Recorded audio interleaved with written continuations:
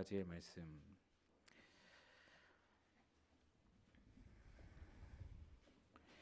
마가복음 15장 1절로 15절 교독하겠습니다. 새벽에 대제사장들이 즉시 장로들과 서기관들 곧 온 공회와 더불어 의논하고 예수를 결박하여 끌고 가서 빌라도에게 넘겨주니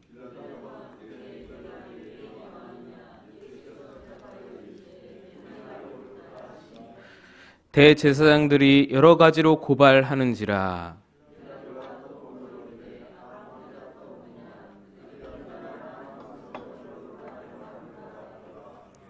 예수께서 다시 아무 말씀으로 대답하지 아니하시니 빌라도가 놀랍게 여기더라.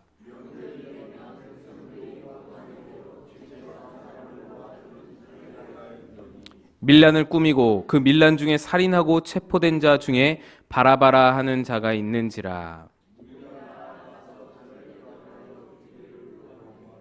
빌라도가 대답하여 이르되 너희는 내가 유대인의 왕을 너희에게 놓아주기를 원하느냐 하니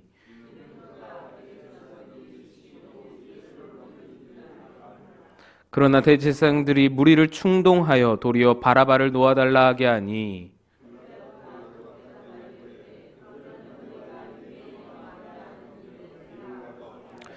그들이 다시 소리 지르되 그를 십자가에 못 박게 하소서.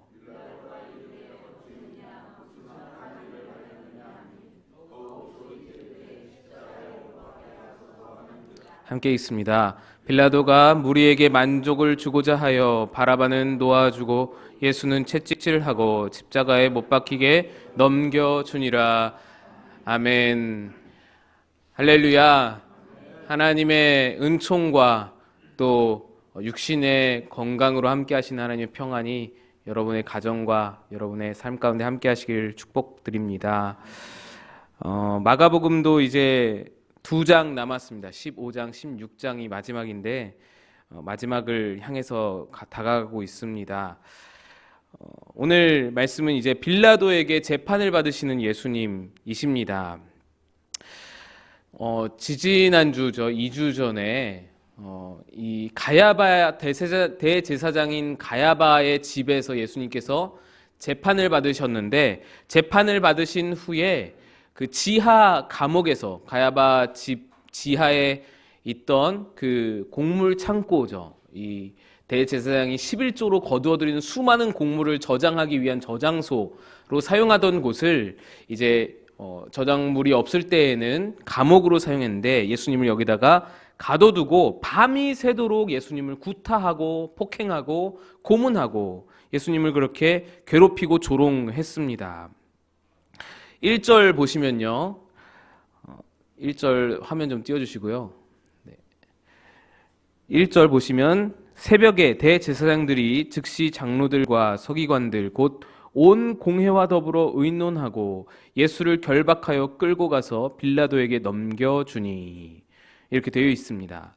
그러니까 밤이 새도록 예수님을 지하 감옥에서 괴롭게 하고는 그 다음에 논의하고 회의를 거쳐서 이제 빌라도에게 가서 어떤 고발을 할지 회의를 한 후에 넘겨주는 것이죠. 왜냐하면 산헤드린 공의회, 이 유대인 제사장들과 장로들에게는 사형 선고를 내릴 수는 있지만 사형을 집행할 수는 없습니다. 그러니까 이 별 힘이 없는 거예요. 로마 법정에 세워져야만 로마의 진짜 로마 총독부에서만 이 사형 선고를 내릴 수가 있습니다. 사형 집행을 할 수 있습니다. 진짜 예수님이 사형이 되려면 로마의 사형 선고를 받아야 하니 그래서 빌라도에게 로마 총독인 빌라도에게 가는 것입니다. 여기서 이동 경로를 좀 살펴보면은 지도를 좀 띄워주시면요.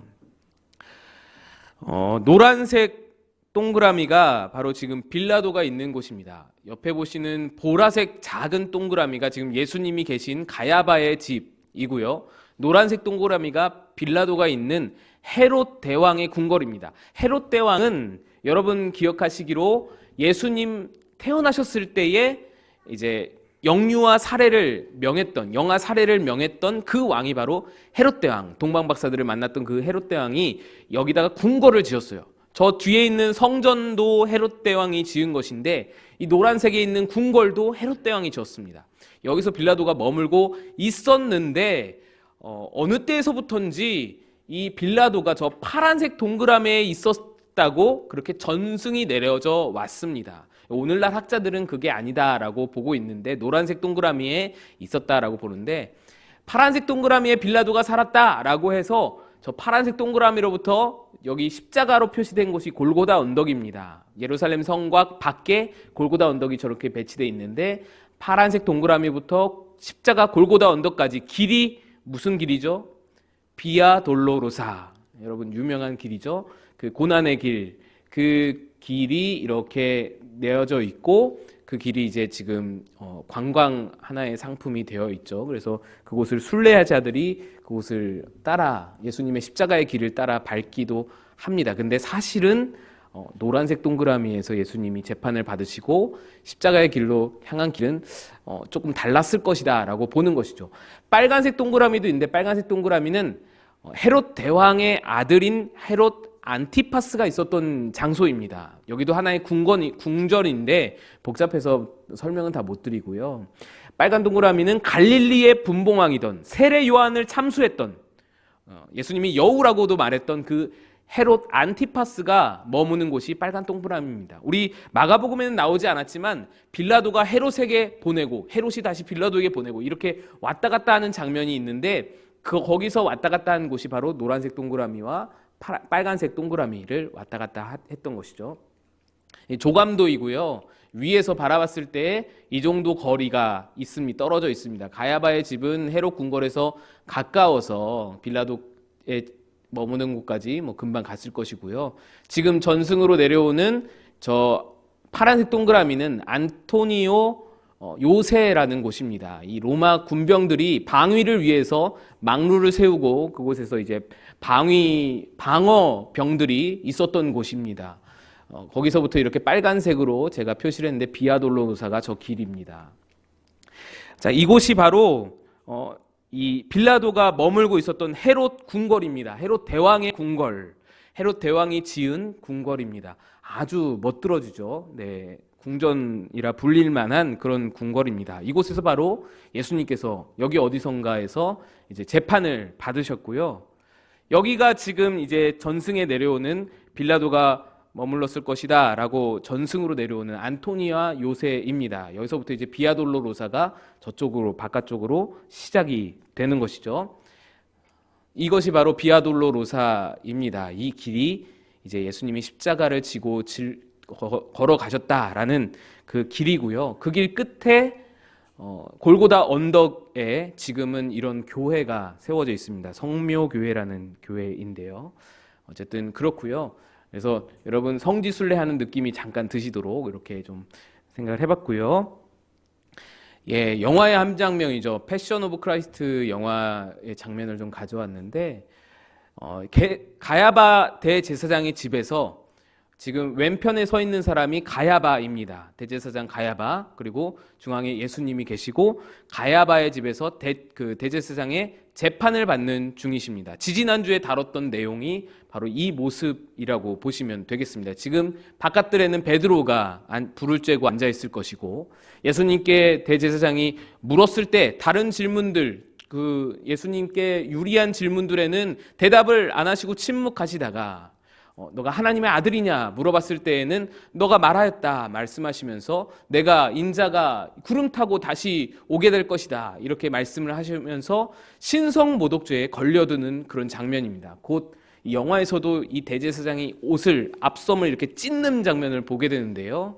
이 신성모독을 보면서 이 울분을 못 참고 분노로 옷을 찢고 침을 뱉고 주먹으로 예수님의 얼굴을 치고 그런 장면들이 이제 나오게 됩니다. 이렇게 재판이 가야바 대제사장의 집에서 끝나고 나서 예수님은 지하 감옥에, 아까 보셨던 지하 감옥에 들어가셨다가 거기서도 구타를 심하게 당하시고 이런 모습으로 빌라도가 있는 헤롯 궁궐로 끌려가십니다. 주변에 있는 사람들이 로마 병정이 아니고 이 성전 수비대라는 것을 우리가 알 수 있는데 복장이 좀 다르죠. 로마 병정들과는. 여기까지는 아직까지는 유대교 산헤드린 공의회의 피고인입니다. 그러니까 아직 로마 법정으로 옮겨지지 않았기 때문에 로마의 관할이 아니고 사내들인 공의회의 그 체포로 지금 빌라도에 끌려가는 것입니다. 그렇게 해서 빌라도 앞에 서신 예수님이십니다. 주변에 이제 대제사장과 제사장들, 장로들이 서 있고요. 또 성전 수비대도 같이 서 있고 저 뒤로는 무리들이 한껏 몰려온 것을 보게 됩니다. 가야바 대제사장의 집에서 재판을 받으실 때에는 비밀리에 재판이 이루어지면서 무리들이 거의 없다시피 했죠. 거기다가 한밤중이어서 무리들이 없었는데 빌라도의 재판은 완전히 공개가 됩니다. 그래서 모든 무리들이 다 몰려왔습니다. 예수님의 인기만큼 이 재판에 대한 관심도가 굉장히 높았습니다. 그래서 많은 무리들이 몰려왔습니다. 그런데 이상한 것이 엊그제까지만 해도 예수님을 그렇게 좋아하고 동경하던 무리들의 태도가 완전히 바뀌어진 것을 보게 됩니다. 이것은 이제 예수님을 향했던 기대가 실망으로 바뀌면서 나타난 현상인데 이 부분은 조금 이따가 다시 살펴보기로 하고요. 2절에서 5절까지 빌라도의 재판이 이어집니다. 우리 말씀을 좀 보겠습니다. 2절에서 5절까지 제가 읽겠습니다. 빌라도가 묻되 내가 유대인의 왕이냐? 예수께서 대답하여 이르시되 내 말이 옳도다 하시매 대제사장들이 여러 가지로 고발하는지라. 빌라도가 또 물어 이르되 아무 대답도 없느냐? 그들이 얼마나 많은 것으로 너를 고발하는가 보라 하되 예수께서 다시 아무 말씀으로도 대답하지 아니하시니 빌라도가 놀랍게 여기더라. 이 사내들인 공의회에서 이미 신성모독으로 사형 선고를 내렸지만 공의회는 사형의 집행 권한은 없습니다. 그래서 집행 권한을 가진 로마 총독부에게 나아왔고 여기서 이제 로마법의 사형을 선고받게 하기 위해서 여러 가지로 지금 고발하는 것입니다. 유대인의 왕으로 내란 선동을 했다, 내란 음모를 꾸몄다, 뭐 이런 식으로 고발을 하는 것이죠. 거짓으로 고발하는 것이죠.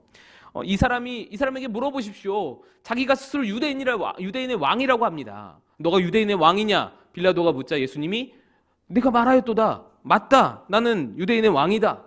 그러고는 또 대제사장들이 엄청 많은 것들로 고발을 합니다. 대부분 자신들의 종교에 관한 것이죠.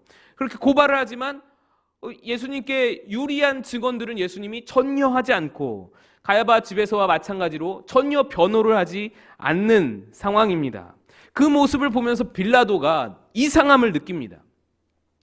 그분의 이 예수라는 분에게 죄가 없고 지금 공의회 회원들이 자기들의 종교와 기득권 유지를 위해서 시기심으로 이게 시작된 재판이란 것을, 억지 재판이란 것을 직감하고 있는 것이죠. 여러분, 빌라도는요 그냥 어중이 떠중이로 그냥 총독에 오르는 자가 아닙니다. 헤롯 안티파스는 아버지 헤롯 대왕에게 이 정권을 물려받았기라도 하죠. 이 빌라도는 전혀 뭐 그런 어떤 세습의 정치인이 아니지 않습니까?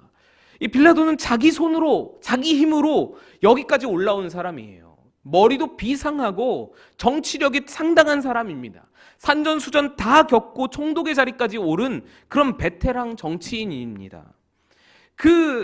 이 베테랑 정치인인 빌라도가 지금 예수님이 하는 말과 유대인들이 하는 말을 들으면서 이게 딱 보면 아는 거죠. 이게 무슨 상황이구나. 이 빌라도는 다 아는 것입니다. 게다가 다른 병행복음서에 보면 빌라도의 아내가 꿈을 꾸고 나서 꿈자리가 뒤숭숭하다면서 예수님의 재판에 절대 엮이지 말라고 그렇게 충고하고 권하는 말씀이 나오죠. 그래서 빌라도는 어떻게 해서든지 지금 예수님의 처형을 피하려고 노력을 합니다.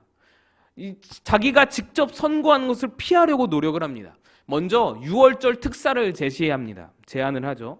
6절입니다. 명절이 되면 백성들이 요구하는 대로 죄수 한 사람을 놓아주는 전례가 있더니 우리에게도 광복절 특사, 3.1절 특사가 있듯이 유대인들에게도 6월절 특사가 있습니다. 6월절에는 죄인을 한 명 놓아주는 거예요. 빌라도는 예수님을 특사로 풀어주면 되겠다라고 판단을 했습니다. 9절 10절을 보시면 빌라도가 대답하여 이르되 너희는 내가 유대인의 왕을 너희에게 놓아주기를 원하느냐 하니 10절 이는 그가 대제사장들이 시기로 예수를 넘겨준 줄 알미러라. 빌라도는 알고 있었던 거예요. 이 모든 것이 다 억지 재판이고 이 대제사장들의 시기에 의한 것임을 알고 있었습니다. 그런데 대제사장들이 무리를 막 충동질해서 무리들이 바라바를 놓아주라고 요구하게 됩니다. 사진을 좀 보여주시고요. 여러분 보시기에 오른쪽에 있는 사람이, 이 쇠사슬에 묶여 있는 사람이 바라바이고요. 가운데 빌라도, 이 왼편에 예수님이 계십니다. 이 바라바라는 사람은 셀롯당원, 즉 열심당원이었습니다. 우리가 지금 여기 성경에도 나와 있지만 밀란을 꾸몄고, 이 바라바가 밀란을 꾸몄고 밀란을 일으켰고, 그리고 밀란 중에 사람을 죽였다라고 기록되어져 있습니다. 그래서 굉장히 악독한 살인마라고 우리가 생각하기 쉬운데 사실 그렇지가 않아요. 언뜻 보면 살인마 같지만 우리로 표현하면 안중근 의사 같은 분입니다. 윤봉길 의사 같은 분, 이봉창 의사 같은 분이 바로 이 바라바라는 것이죠. 로마를 향해서 독립운동을 전개하면서 밀란을 꾸민 겁니다. 반란을 일으키고 3.1운동 같은 반란을 일으키고 혁명을, 그것도 이제 폭력적인 반란을 일으킨 것이죠. 그리고 그 반란 중에 친로마 세력이거나 아니면 로마인 중에 한 사람, 어떤 정치인이거나 어떤 세력가를 암살한 것이죠. 여러분, 우리로 보면은 이 친일파 척결 이렇게 해서 또 일본의 어떤 중요한 인물을 이제 암살하는 것, 우리로서는 위인이지 않나요? 지금 유대인들에게는, 모든 백성들에게는 이 바라바가 굉장히 이 의사입니다. 의사, 독립의사, 독립열사인 거예요. 그러니까 여러분, 우리가 이 상황을 잘 알아야 합니다. 바라바는 그냥 단순히 살인마가 아니라는 것이죠. 이 로마의 고위 관료 혹은 친로마적인 입장을 가진 유대인 지도자들을 암살하는 사람인데, 이 대제사장들은 친로마적인 사람들이었습니다. 대제사장들과 사두개인까지는 다 친로마적인 성향을 가졌어요. 로마에 딱 붙어서 거기서부터 오는 모든 이권과 모든 그런 어떤 경제적인 이권들을 누리던 사람들이 대제사장들이었습니다. 율법에 관심이 없고 하나님의 어떤 뜻 그런 거 관심이 없고 그냥 로마 정치 세력과 결탁해서 돈만 많이 벌면 되는 거였어요. 그것이 바로 대제사장들과 사두개인들이었습니다. 그래서 이 대제사장들의 무리는 좀 쉽게 여러분이 이해하기 위해서는 여당입니다. 여당이고요. 아까 보신 바라바 같은 사람은 야당 중에 야당인 거예요. 극야당인 거예요.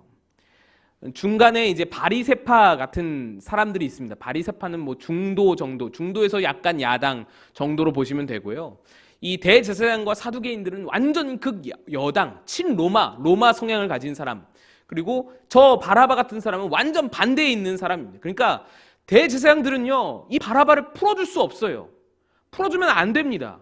또 누가 죽어갈지 모르는 거예요. 또 누가 암살될지 모릅니다. 바라바는 원수 중에 원수예요. 당장 즉결 처형을 해야 하는 그런 아주 죄인 중에 괴수 같은 사람으로 보이는 것이 대제사장들에게는 바라바입니다.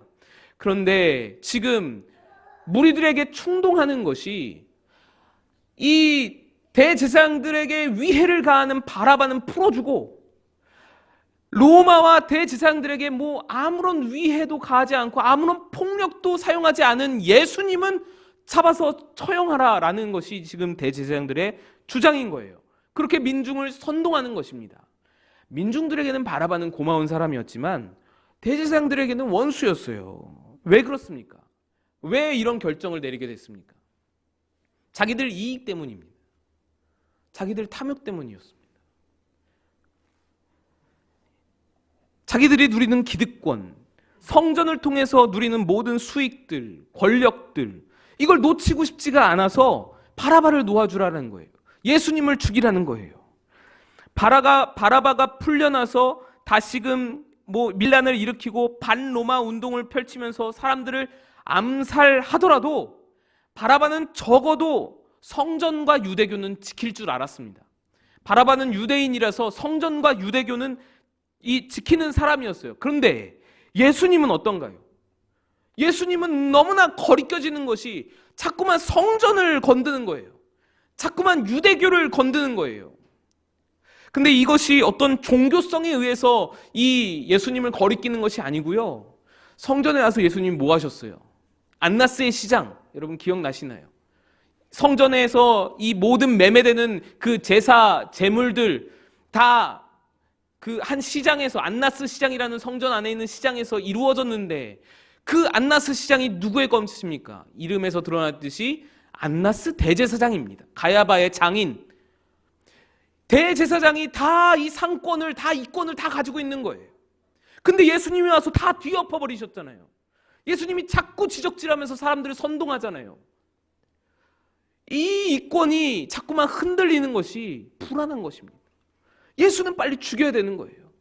그러고는 자꾸만 성전이 무너진다 말하고, 자꾸만 유대인들과 그 유대 지도자들, 유대교 종교에 대한 그런 어떤 율법에 대해서 자꾸만 이렇게 지적을 하시니까 거리끼는 것이죠. 우리의 이권이 흔들린다라고 판단한 것입니다.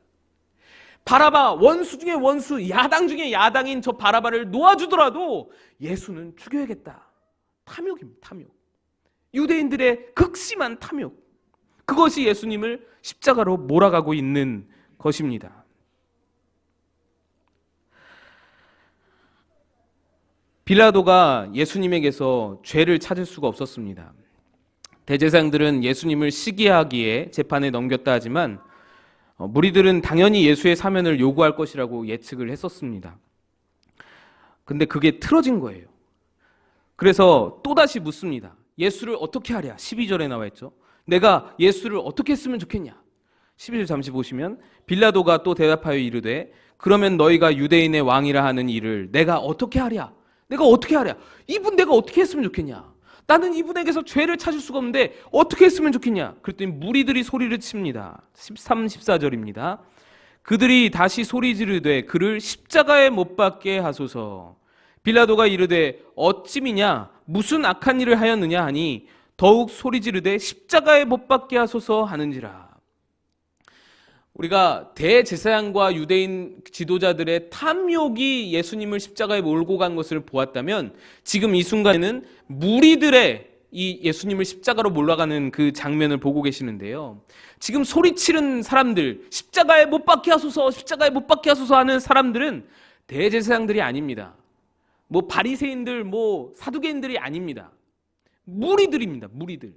아까 사진에서 보셨던 그 뒤에 있던 평범한 사람들, 무리들. 그 무리들이 지금 막 십자가에 못 박으라고 외치고 있는 것입니다. 여러분, 이 무리들은 어떤 무리들입니까? 예수님이 주일에 입성하실 때에 호산나 호산나 외치면서 우리를 구원하소서 다윗의 자손이여, 이 바닥에 종려나무를 깔고 자기 그 겉옷을 깔면서 그렇게 환영했던 인파들이 바로 이 무리들입니다. 지금 며칠이에요? 주일에서부터 금요일까지 닷새가 지났습니다. 닷새가 지나자 완전히 상황이 역전돼 버리고 태도가 돌변해 버린 거예요. 여러분, 왜 그렇습니까? 이 변화가 여러분 어떻게 설명될 수 있을까요? 그들의 기대가 실망으로 바뀌었기 때문입니다. 무리들이 바라보는 바라바는 우리가 안중근 의사를 바라보듯이 그 마음 비슷합니다. 바라바는 밀란을 일으켰고, 이 무리들이 바라는 건 뭐예요? 무리들이 바라보는 건 로마로부터 독립이잖아요. 무리들이 바라는 건 로마의 압제로부터 해방입니다. 우리가 광복을 꿈꿨듯이 이 로마로부터 해방되고 유대 왕국을 세우는 것이 무리들의 바람이었습니다. 소원이었습니다. 그런데 바라바는 그 좋은 일을 한 거예요. 밀란을 일으켰고 지금은 체포되었지만 어느 정도 성과도 있었습니다. 누구인지 확실치는 않지만 아무튼 암살을 한 거예요. 그러니 이 무리들이 볼 때에는 귀한 사람이에요. 로마에 항거하는 그 어떤 열정을 보여준 사람입니다. 보여준 것이 있는 거예요. 한 것이 있는 거예요. 근데 예수님은 어떤가요? 예수님은 대놓고 친로마 성향을 고수하는 그 대제사장들 앞에서 무력하게 한마디 변론도 못했어요. 그리고는 재판에 패배했습니다.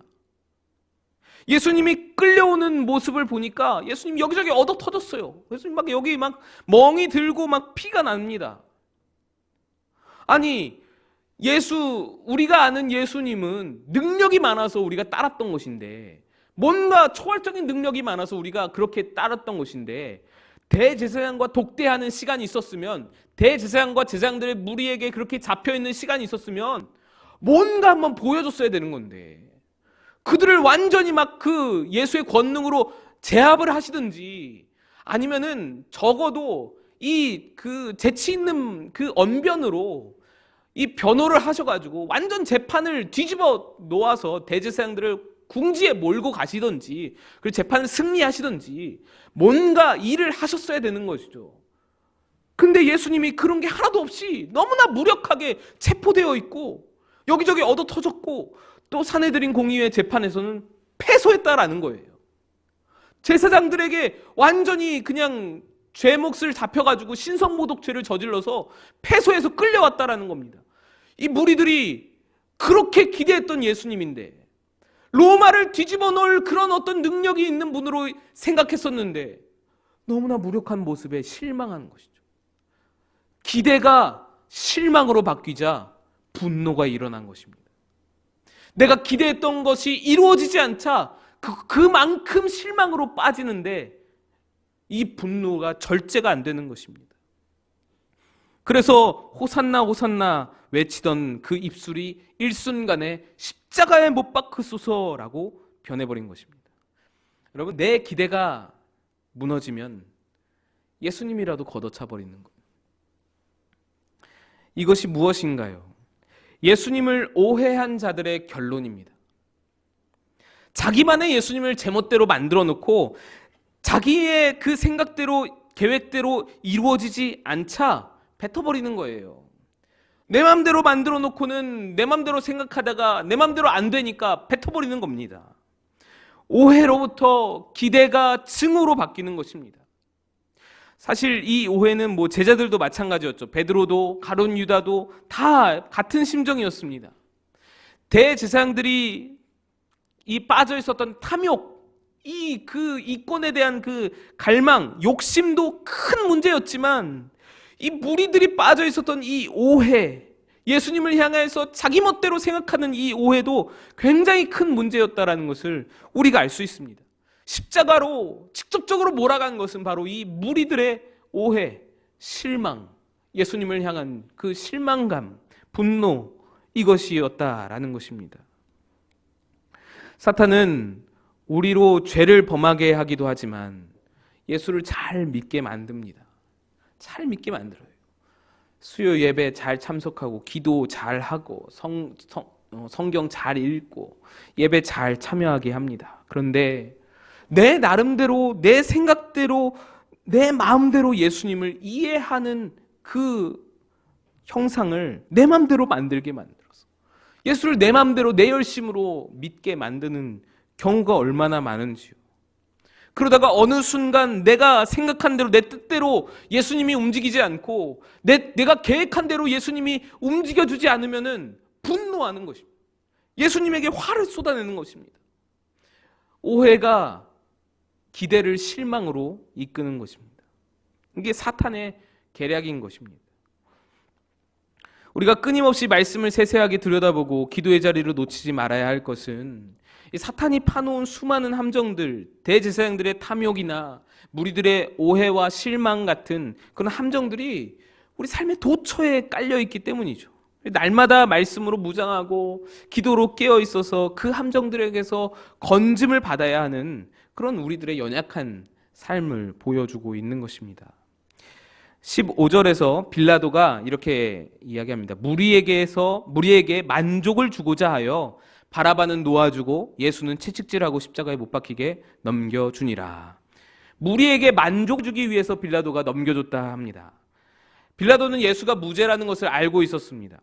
예수를 처형하는 것이 이거 잘못된 일이다, 이거 부적절한 일이다라는 것을 알고 있었습니다. 그리고 다른 복음서에 보면은 빌라도가 손을 씻는 장면이 나와요. 전염병 때문에 손을 씻는 것이 아니고요, 예수의 죽음이 내 책임이 아니다라는 것으로, 그런 의미로 손을 씻습니다. 야, 이 예수는 내가 죽이는 거 아니야. 니들이 죽이는 거야. 내가 지금 손 씻을 테니까 니들도 그거 알아둬. 그랬더니 대제사장들이 그렇게 하소서, 그렇게 한단 말이죠. 이거 우리 책임입니다. 우리의 머리로 돌리소서. 그의 피를 우리의 머리로 돌리소서. 그 책임을 우리에게 돌리소서 하는 겁니다. 그리고 빌라도가 손을 씻고는 그 사형 선고, 십자가형을 내리게 되는 것입니다. 그러나 여러분, 그렇다고 해서 책임 소재가 빌라도에게서 벗어나나요? 책임이 면해지나요? 오늘날까지도 사도신경으로 신앙을 고백하는 수많은 기독교인들, 수천만, 수억 명의 기독교인들에 의해서 빌라도는 계속해서 예수님을 고난받게 한 사람으로 씹히는 것이죠. 계속 저주가 내려지는 것입니다. 계속 그렇게 비난되며 일컬어지고 있는 것입니다. 유대 지도자들이 가장 무서워했던 것은 제가 여러 번 언급했지만 이 밀란이었습니다. 밀란이 일어나면, 이 밀란이 걷잡을 수 없어지면 로마의 군대가 투입되고, 로마 군대가 투입된다는 얘기는 그 지도력을 잃게 된다라는 거예요. 빌라도가 다스릴 때 밀란이 일어난다? 그럼 빌라도는 실권하는 겁니다. 실정하는 겁니다. 다른 사람을 세우는 거예요. 이게 공식처럼 되어 있었습니다. 그러니 밀란이 일어나는 게 가장 두려운 거예요. 백성들의 만족을 위해서 넘겨준다라는 것은 자신의 권한, 자신의 권력을 유지하고자 하는 그 마음입니다. 아무리 정의로운 일이 있어도 내가 이익을 보는 일이 먼저라는 것이죠. 내 정권을 유지하는 것이 더 먼저라는 것이죠. 아무리 이 일은 부적절하고 이것은 불이야 라고 생각이 돼도 거기에 껴들지 못하는 겁니다. 용기가 나질 않는 겁니다. 왜요? 내가 실권할까봐, 내가 실정할까봐, 내가 실패할까봐, 내 자리를 놓치게 될까봐. 나만 아니면 되는 겁니다. 나만 아니면 이 사람이 억울하게 죽든 누명을 쓰든 뭐 어떻게 찢어 죽이든 상관이 없는 겁니다. 의로운 사람이 죽음을 당해도 나만 아니면 괜찮은 거예요. 내가 손해만 보지 않으면 그건 상관이 없는 겁니다. 바로 이 마음이 예수님을 십자가로 몰아간 것입니다. 최소한 빌라도는 자기 스스로 예수님의 죽음에 엮인, 예수님의 죽음, 예수님의 사형 선고에 자기 스스로 엮이는 것은 막을 수가 있었어요. 나 모르는 일이다, 이 재판 나 못한다 라고 손 뗄 수 있었어요. 예수님은 어찌됐든 십자가에 못 박혀 죽임을 당하시겠죠. 구약의 예언대로 그렇게 가셨을 것입니다. 그런데 빌라도는 최소한 자기 자신은 지킬 수 있었어요. 이거는 난 못한다라고 뺄 수 있었습니다. 기각을 선언할 수 있었습니다. 그런데 그러지 못한 거예요. 용기가 없어서. 나만 아니면 된다라는 마음으로. 그렇게 십자가형을 받게 된 예수님이 이제 채찍질을 당하게 되십니다. 십자가형에 앞서서 채찍질을 당하게 되시는데, 채찍을 좀 보여주시면, 이 채찍에는 이렇게 동물의 뼈나 납 등을 달아놔서 이렇게 갈래갈래 해서 때리면 때리는 즉시 살에 이렇게 파고들어서 찍히고, 그래서 떼내는 동시에 살점이 뜯기도록 제작이 되어 있는 채찍입니다. 이 예수님께서 채찍질을 당하시는 장면인데요. 이렇게 나무에다가 두 손을 묶고는 이렇게 주로 등을 채찍으로 내리쳤습니다. 아까 같은 채찍으로 내리쳤기에 살점이 많이 뜯겼겠죠. 이것도 영화의 한 장면인데, 사실 여기서도 굉장히 이제 좀 잔인하고 조금 보기에 좀 안쓰러울 정도로 그렇게 묘사가 되어 있지만, 사실 이것도 굉장히 완화해서 순화해서 표현한 것입니다. 여러분, 이 채찍이 얼마나 무서운지, 이 채찍을 맞으면 저렇게 살점이 떨어져 나가다가 급기야는 근육이 찢겨져 나가고 나중에는 창자까지 드러나게 되었다라고 사료에는 나와 있습니다. 이 채찍질만으로도 굉장한 극심한 처형이어서 네로 황제가 나중에 실권한 뒤에 채찍질형을 받게 되자 자살했다라는 그런 이야기도 있습니다. 거의 이제 너덜너덜해졌다라는 표현이 어울릴 법한 그런 형벌입니다. 이 상태로 이제 십자가를 짊어지고 형벌 장소까지, 골고다까지 가야 하는 것이죠. 가다가 쓰러지면 또 채찍이 날라옵니다. 예수님께서 왜 이렇게 고초를 당하시게 되었나요? 대제사장들이 탐욕에 사로잡혀서 예수님을 십자가로 몰아갔기 때문에, 무리들이 예수님을 오해하여서 예수님께 쓸데없이 자기 멋대로 실망하였기 때문에, 또 빌라도가 용기가 없어서 자기만 아니면 돼, 개인주의적인 그 마음, 이기적인 마음으로 나만 안전하면 돼라는 마음으로 예수님을 넘겨주었기 때문에. 그런데 사실 따지고 보면 이 세 사람들의 죄악이 다 나의 죄악이라는 것이죠. 내 탐욕, 내 실망, 내 오해, 또 나의 이기심과 나만 아니면 돼, 나의 용기 없음이 바로 이 예수님을 이 채찍질형으로 몰아갔다라는 것이죠.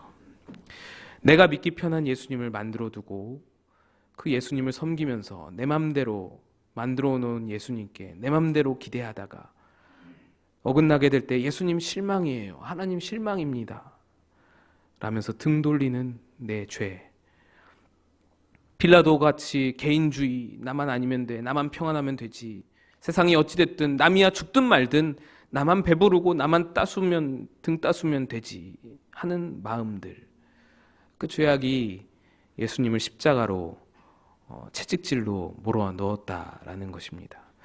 오늘 이 예수님의 십자가를 묵상하면서 내 죄를 다시 한번 돌아보고 회개할 수 있는 그런 저와 여러분이 다 되시기를 간절히 축복합니다. 함께 기도하겠습니다. 하나님 아버지, 우리 예수 그리스도의 채찍질 받으심과